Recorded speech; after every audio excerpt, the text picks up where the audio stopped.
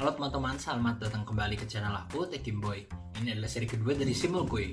Di Simulkuy kali ini kita akan membahas tentang cavitation analysis. Mungkin aku kasih pengantar sedikit ya. Jadi kavitasi itu salah satu peristiwa atau bisa dibilang ya masalah lah ya di pompa. Misalkan ada vapor gitu di bagian suction dari pompa. Kan kita tahu bahwa pompa ini tujuannya buat memompa cairan, buat naikin tekanan cairan gitu. Nah tapi kalau misalkan ada vapor di bagian suctionnya, nah itu bisa terjadi kavitasi gitu. Nah di cavitation analysis ini kita bakal ada dua istilah yang mungkin akan sering muncul, ada NPSH available sama NPSH required. Mungkin teman-teman juga udah belajar di kelas mekanika fluida ya, aku juga belajarnya di mekanika fluida. Jadi NPSH required itu asalnya itu dari pompanya gitu, dikeluarin dari developer gitu. Kalau misalkan NPSH available itu bergantung sama sistem yang bakal kita tinjau gitu. Ya paling segitu aja ya pengantarnya. Nah sebelum kita masuk ke videonya lebih lanjut, aku mau ngasih shout out dulu buat Mas Denny Firmansyah yang udah ngajarin aku waktu itu tentang cavitation analysis. Thank you banget ya Mas. Oke, kalau gitu kita langsung baca case-nya. Oke teman-teman, ini udah di layar kasus dari Simulkuy 2. Kita baca bareng-bareng. Jadi sebuah industri memasak kebutuhan air. Nah ini komponennya air, laju masanya sekian, dikasih tahu tekanannya berapa sama temperaturnya berapa. Jadi bakal ditampung di sebuah tangki. Nah air itu keluar dari tangki dengan laju yang sama, terus menuju sebuah sistem perpipaan sepanjang 1 km. Jadi habis itu ada pipa, terus habis itu bakal ada pompa nih, bakal dipompa hingga 3 bar, disalurkan menuju unit proses yang membutuhkan. Nah suatu ketika terjadi permintaan produk yang meningkat sehingga kebutuhan air juga meningkat. Jadi ada rencana penambahan kebutuhan air nih, masukannya bakal ditambah jadi sekian. Nah, kita diminta untuk mengevaluasi apakah keputusan ini boleh dilaksanakan atau tidak gitu. Nah, di sini juga udah ada spesifikasi perpipaannya. Juga nanti di pipanya ada fitting-fitting yang udah dijabarkan di sini. Nah, ini kita bakal langsung aja ke simulasi. Oke, teman-teman, sekarang kita bakal pakai Aspen plus V10 karena biar ganti-gantian ya. Kemarin kan udah pakai Aspen HYSYS nih. Nah, buat komponennya kita masukin air H2O. Terus buat metodenya kita masukin steam NBS.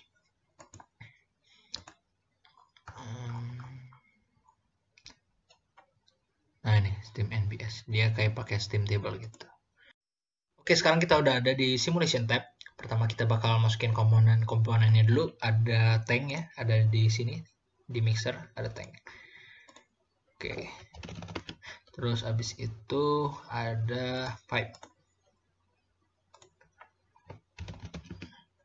Lalu ada pump. Oh geser dulu nih, tulisan pipe-nya ada di dalam biar kelihatan. Oke, sekarang kita masukin material stream.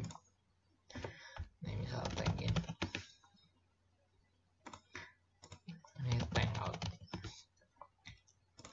terus pipe out, ini pump out.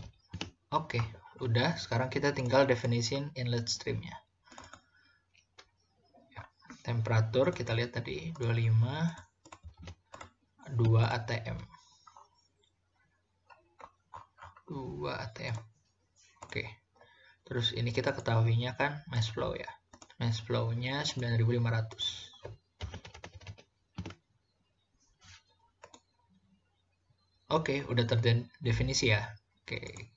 Kita bakal lanjut. Ini tanknya udah langsung udah beres, gak perlu kita papain. Warna biru ya. Kita bakal lanjut ke pipe. Nah, di pipe ini kita masukin pipe length-nya tadi 1 km. Terus kita pakai pipe schedule tadi, materialnya SS atau stainless steel. Nah, terus schedule-nya tadi 40. Terus diameternya 2,5 inch. Oke, kita masukin 2,5 inch. Sip. Pipe parameternya udah. Buat thermal specification, karena kita di sini nggak ada tambahan panas atau apa, kita bakal pilih yang adiabatic, zero duty.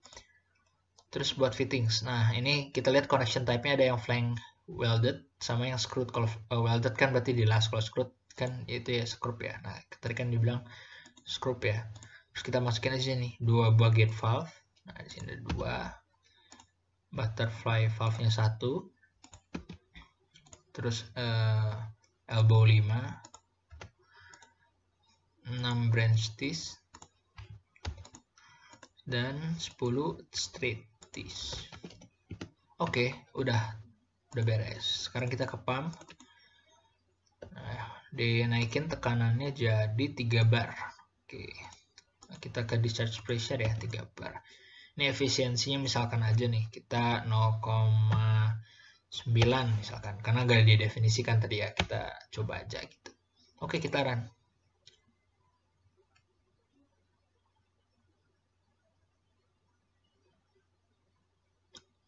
Oke, udah ada hasilnya teman-teman. Results available. Step selanjutnya setelah simulasinya jalan, kita bakal consider nih ada perubahan. Nah, dibilang di sini bakal ada upscaling jadi 11.400 kg per jam. Kita diminta untuk mengevaluasi apakah itu boleh atau enggak. Nah, ini kan pasti terkait yang tadi aku bilang nih tentang kavitasi ya, salah satu aspeknya gitu yang bakal kita bahas di kali ini.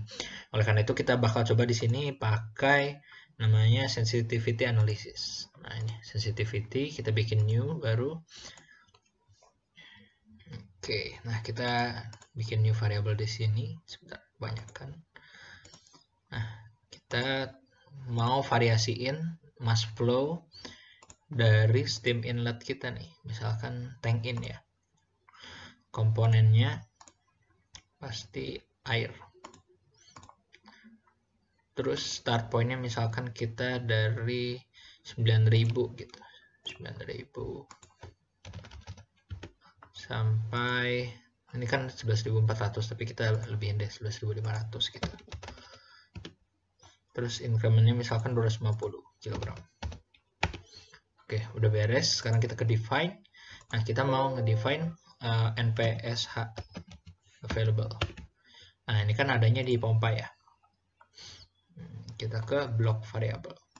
Terus ke pump. Variabelnya kita pilih di sini ada nih.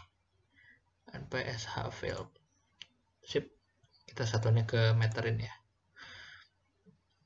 Oke, terus kita juga, nah kita kan butuh juga NPSH required, sedangkan tapi di software ini belum ada, makanya kita hitung sendiri nih. Kita perlu namanya density. Nah, ini berupa stream property. Nah, streamnya yang kita pakai yang mau masuk ke pompa, berarti kan di pipe out. Benar ya, kita lihat. Nah, pipe out. Terus habis itu kita bikin juga pressure. Pressure ini kita pakai kayak tadi di stream parameter, stream property. Streamnya juga sama di pipe out. Oke. Nah, sekarang kita kan belum punya property set nih. Kita bikinnya ini di sini property set. Bikin new misalkan tadi apa? Density. Itu dense. Nah, di sini itu pakai row ya.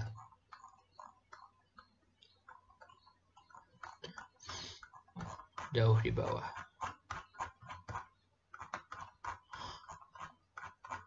Nah, nih. No, di sini ada tulisannya density of a pure component. Kan kita cuma H2O doang. Nah, ini jadi kita pakai ini.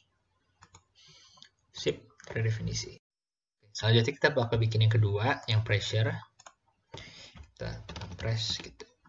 Terus habis itu di sini kita namanya PL buat pressure liquid ya. Nanti kalau nggak hafal bisa tadi ditekan lamaan buat ininya. PL. Nah, ini liquid vapor pressure ya. Jadi ini tekanan uap dari liquid. Oke. Unitnya Newton per square meter. Oh, ini tadi kita belum bikin unit nih.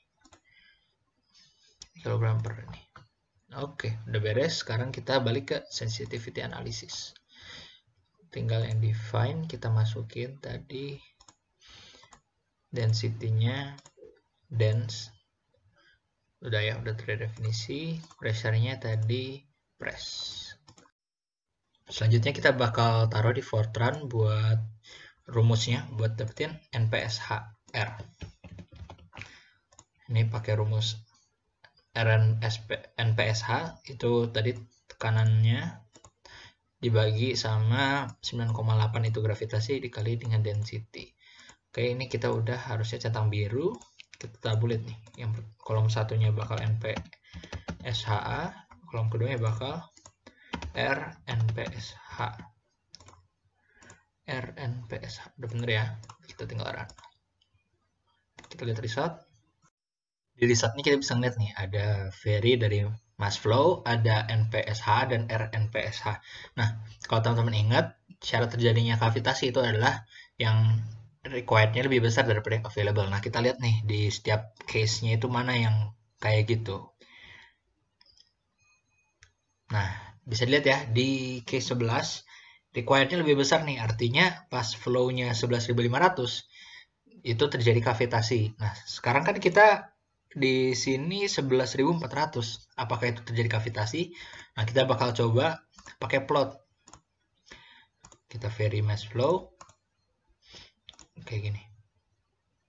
Oke, bisa dilihat ya kayak gini. Tapi di sini masih double axis, masih gak sama skalanya. Kita samain aja.